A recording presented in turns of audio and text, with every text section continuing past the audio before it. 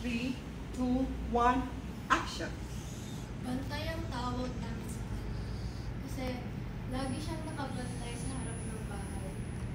Tuta pa lang siya nung napulot namin. Siguro kasi, tuta pa lang siya, naligaw siya, tapos napunta sa lugar namin. Basta nakita na lang siya ni tatay na nakaupo sa harap ng bahay namin. Naawa si nanay kaya binigyan niya ng pagkain ng lupa.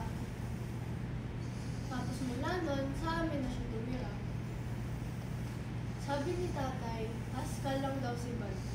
Pero matalino siya. Pagkadating ko sa eskwela, makikita ko siyang nakaupo sa harap sa gate. Nakaupo sa gate. Tapos pag nakita niya ako,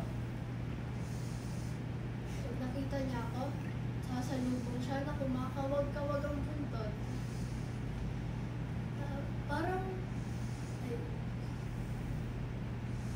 Parang tuwang-tuwa siya pag nakikita kaming dumadating. Pagdating ng hapon,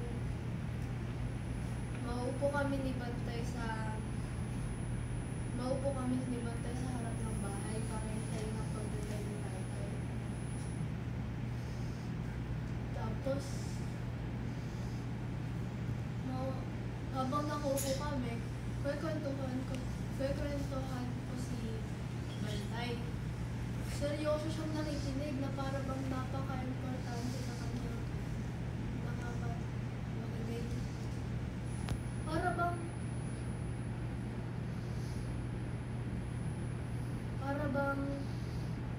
napaka-importanteng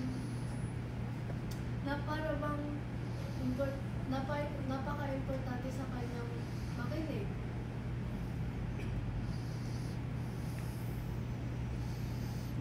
Nung isang araw,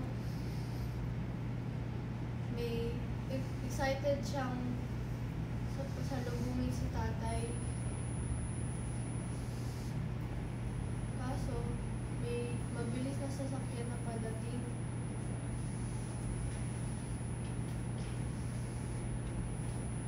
Wala na si Bantay.